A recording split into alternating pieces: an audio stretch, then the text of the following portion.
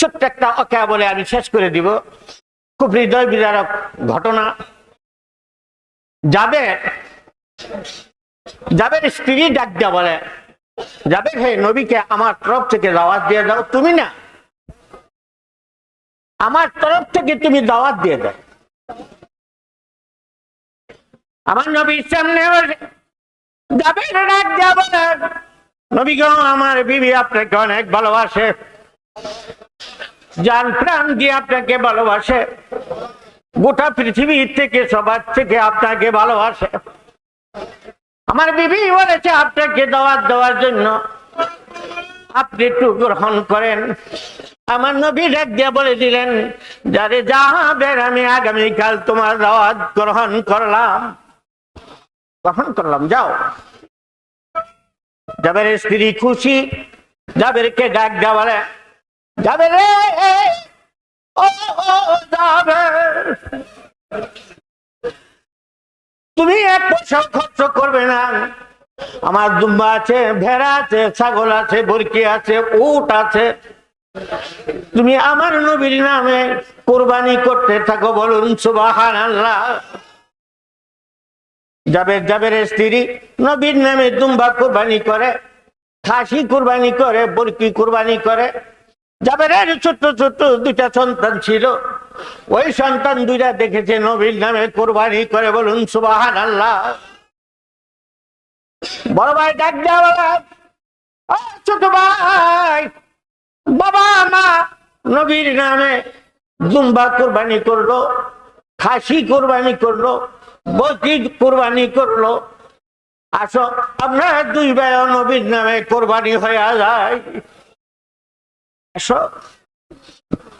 ছোট ভাই বলে, ভাই ধরো, আমি চাকু নিয়ে আসি। আস্তে করে ঘরে ঢুকেছে, চাকুখানা বের করে নিয়ে আসে। ছোট ভাই ডাক দিয়ে বলে, বাইরে চাকু আমি এনেছি, সর্বপ্রথম তুমি আমাকে নবীর নামে কুরবানি করো। আল্লাহু আকবার, চিল্লায়ে বলেন আল্লাহু আকবার। ছোট ভাইকে শোয়াই দিয়েছে, নবীর নামে ছোট ভাইয়ের গলার মধ্যে চাকু চালাই দিছে। ছোট ভাই নবীর নামে কুরবানি হয়ে গেল। মা দেখে ফেলেছে, জাবের তো নবীকে আনতে গেছে। মা দেখে ফেলেছে, বড় ভাইয়ের পিছনে দৌড়ায়, আয় বাবা আয়, তুই কোন দুর্ঘটনা করিস না। চলতে চলতে পাহাড়ের উপরে চলে গেলে, পাহাড় থেকে পা পিছলে পড়া জাবেরের বড় ছিল নবীর নামে কুরবানি হয়ে গেছে। জাবেরের স্ত্রী দুই সন্তানকে পাটি দিয়া পেঁচায়া ঘরের পিছনে রেখে দিয়েছে। চোখের মধ্যে কোনো পানি নাই, এমন কোন সাপ চেহারার মধ্যে আসে নাই। মনে মনে বাবা, আল্লাহ রে, ও আমার আল্লাহ, জীবনের প্রথম তোমার বন্ধু আমার নবী আমার বাড়িতে দাওয়াত খেতে আসতেছে। আমার চেহারার মধ্যে যদি কোনো ছাপ থাকে, আমার চোখে যদি কোনো পানি থাকে, তাহলে আমার নবী আমার ঘরে খাবে না।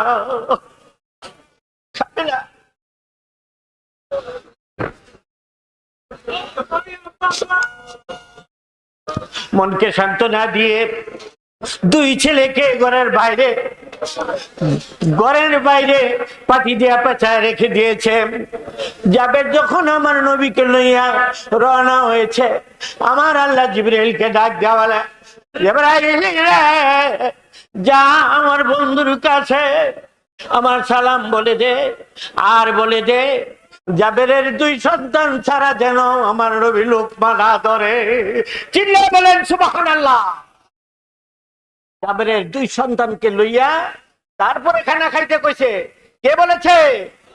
চিল্লায়ে বলুন, কে বলেছে? আল্লাহ বলেছে। আমার নবী বলে, ঠিক আছে, আমি ওনাদেরকে নিয়েই খাবো।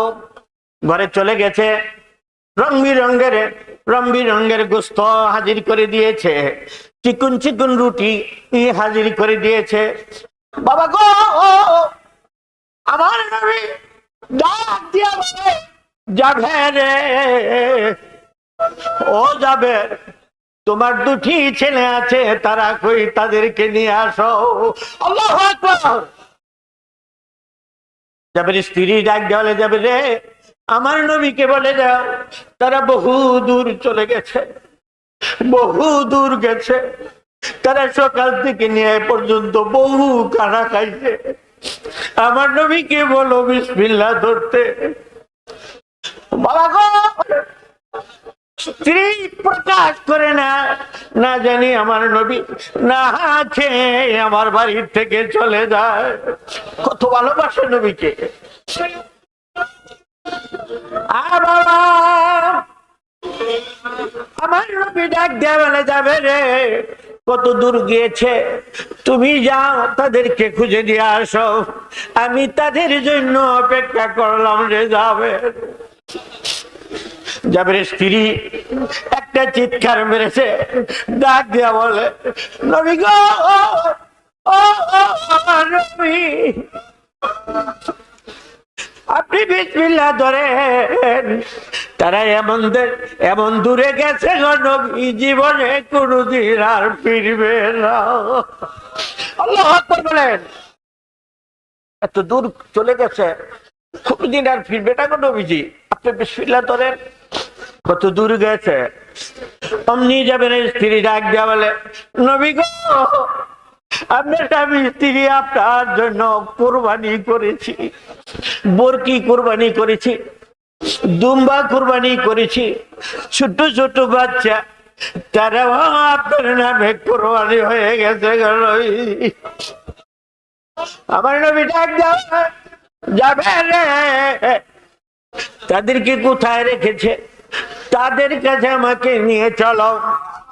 এবার নবীকে নিয়ে গেলে আমার নবী ডাক দেওয়া হলে, জাবেরের দুই সন্তান, আমি তো অপেক্ষা করছি, তোমরা উঠে আসো আল্লাহর নামে। মারহাবা কর। বলতে দেরি জাবেরের দুই সন্তান দাঁড়াইতে দেরি করে নাই। আল্লাহু আকবার। চিল্লিয়ে বলেন আল্লাহু আকবার।